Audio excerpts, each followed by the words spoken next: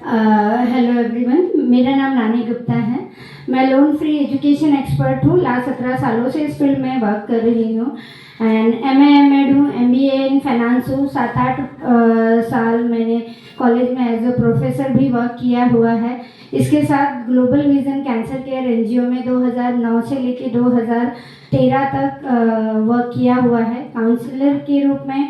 And अलग अलग कंपनियों में जाके कैंसर ना हो उसके लिए क्या प्रिकॉशंस लेने चाहिए उसके लिए हम गाइड करते थे। एंड कैंसर के बच्चों को अगर वो बिलो पॉवर्टी लाइन है तो हम उनको फाइनेंशियल एड भी प्रोवाइड किया करते थे। एंड आप सभी के आशीर्वाद से जब तक उस संस्था में थी तब तक इंडिया नंबर 1 थी। लेकिन उसके बाद ऐसा लगा कि हम लोगों को पैसे कब तक देंगे, सबकी एक लिमिटेशंस होती है। रानी गुप्ता 1 लाख देगी, 2 लाख देगी, 3 लाख देगी, 4 लाख, बट एक टाइम के बाद लिमिटेशंस आएगी। तो उसके लिए ऐसा क्या ऑप्शन हो सकता है कि जिसमें उस फैमिली को एक छोटी सी सेविंग करके उनका एजुकेशन का जो गोल है या बेटी के विवाह का गोल है या उनके रिटायरमेंट में उनको सम्मानजनक जिंदगी जीते आवे, इसके लिए क्या कर सकते हैं। तो उसके लिए हमारे पिताश्री वैसे भी गवर्नमेंट एम्प्लॉय रह चुके, तो उनका कहना था कि आपको कोई भी प्राइवेट चीज़ नहीं करनी, क्योंकि अगर लोगों को लॉस हुआ तो उससे बड़ी बद्दुआ कोई नहीं होती है। एंड वो थोड़ा धार्मिक है तो बिलीव करते हैं। सो उसके बाद हमने सर्च किया कि गवर्नमेंट की कौन कौन सी ऐसी सेक्टर्स है जो इस चीज़ के लिए सपोर्ट करती है। फिर आई गिवन IRDA का एग्ज़ाम एंड उसके बाद हमारा सफ़र शुरू हुआ।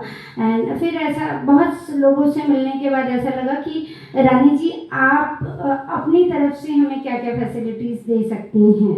सो हमने बहुत सारे NGOs ज्वाइन किए, वहाँ के प्रॉब्लम समझे। वैसे मैं हूँ तो 2006 में मुझे 2006 में मेरी डिग्री कंप्लीट करते वक्त मैंने एक थीसिस लिखा था।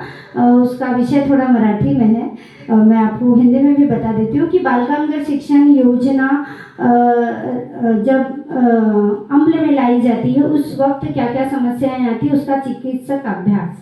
ये हमारा मुंबई यूनिवर्सिटी में भी थीसिस एक्सेप्ट किया गया है एंड सोमया कॉलेज में अभी भी वो है। तो उसके कारण उस वक्त पता चला कि जब भी कोई प्रॉब्लम आती है तो एजुकेशन सबसे पहले रुकता है।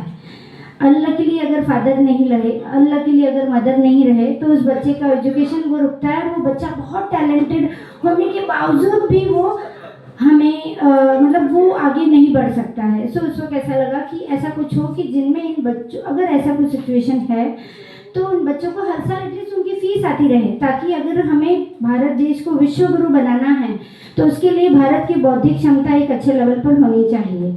उसके लिए एजुकेशन कंप्लीट करना बहुत ज़रूरी है। सो तब हमारी सारी टीम ने मिलकर डिसाइड किया कि हमें इस विषय पर बहुत ही ज़्यादा काम करना है। सो इस विषय पर काम शुरू किया गया एंड आप सभी के आशीर्वाद से बड़ी खुशी होती है मुझे बताने के लिए कि इसके पहले ही मुझे 2006-7 में राष्ट्रपति जी से मिलने के लिए चुना गया था महाराष्ट्र और गोवा राज्य से। तभी हमने ह्यूमन ट्रैफिकिंग के खिलाफ काम किया था। आपको शायद पता होगा कि छोटे बच्चों को एक राज्य से लेकर जाते हैं, यानी किडनैप करके या चुरा कर लेके जाते हैं, दूसरे राज्य में उनको अंग विच्छेद करके सेल कर दिया जाता है, या बिना अंग विच्छेद किए भी अदर रीजंस की वजह से सेल किया जाता है। तो उसके खिलाफ काम किया था एंड उस वक्त मैं नेहरू युवा केंद्र से जुड़ी हुई थी एंड उसी उपलक्ष्य में मुझे चुना गया था। एंड सेम ईयर में 1857 के युद्ध को 150 साल पूरे हुए थे, तो मुझे दिल्ली जाने के लिए भी चुना गया था। सो ये सारी उपलब्धियाँ बहुत ज़्यादा हार्डवर्क के बाद मिली, लेकिन मिली ये बहुत बड़ी बात है, क्योंकि बहुत सारे लोग काम करते हैं बट रिकॉग्निशन नहीं मिल पाता है। तो मैं शुक्रगुजार हूँ अपने गुरुओं का और जिन लोगों ने मुझे यहाँ तक पहुँचाया उनका भी। एंड इसके बाद मेरी journey as a finance consultant and loan free education शुरू हुई। सो त्रिवेणी शिक्षण संस्थान है मुंबई का, उन्होंने भी 2022 में best finance consultant of the year के रूप में मुझे सम्मानित किया गया था। ऐसी बहुत सारी संस्थाएं हैं जिनका एक मैंने नाम लिया, नेहरू युवा केंद्र है, महाराष्ट्र नशाबंदी मंडल है और ग्रैंड रोड का महात्मा गांधी सेंटर है जिनसे हम लोग जुड़े हुए हैं, बालाजी हॉस्पिटल है जिसके मैं कोऑर्डिनेटर हूँ अभी करंटली भी। एंड इसके अलावा और एक संस्था है साहू तेली समाज की मैं डोंबिवली शहर अध्यक्ष हूँ। ऐसी बहुत सारी संस्थाओं में रहने का रीज़न ये है कि वहाँ से मुझे लोगों की समस्याएं पता चलती है और उस पर काम करने का मौका मिलता है।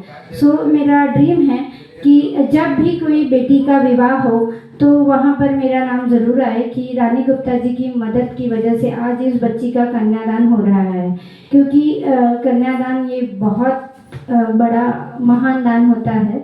सो उसमें मेरा छोटा सा कंट्रीब्यूशन है। दूसरा कि अगर कोई बच्चा पायलट बने, इंजीनियर बने, तो उसके उस सपने को पूरा करने में मैं कुछ मदद कर पाऊँ।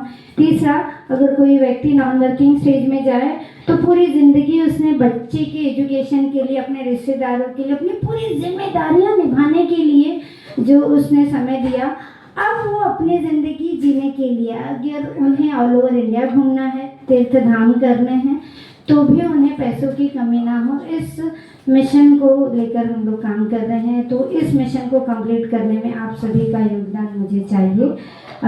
नीचे कमेंट में ज़रूर लिखें कि आप कौन से मिशन में मुझे सपोर्ट कर पाएंगे। अगर आपके घर बिटिया है तो बिटिया के कन्यादान के लिए भारत सरकार की तरफ से बहुत अच्छी मदद आती है, 20 से 30 लाख रुपए। अगर आपका बेटा है तो उसके एजुकेशन के लिए हर साल 1 से 10 लाख रुपए या उससे ज़्यादा आपको भारत सरकार की तरफ से मिलता है। ऑफकोर्स इसमें बहुत सारी शर्तें लागू हैं। इसके अलावा अगर आप आपके ओल्डर एज में चाहते हैं कि हमारे गुरुजी कहते हैं, प्रभु सर कहते हैं कि आपको लकड़ी की जो लाठी है वो आपको गिरने नहीं देती है, और पेंशन की जो लाठी है वो आपके सम्मान को नहीं गिरने देती है। तो अगर आप सम्मानपूर्वक जीवन जीना चाहते हैं तो कमेंट में ज़रूर लिखें पेंशन। धन्यवाद।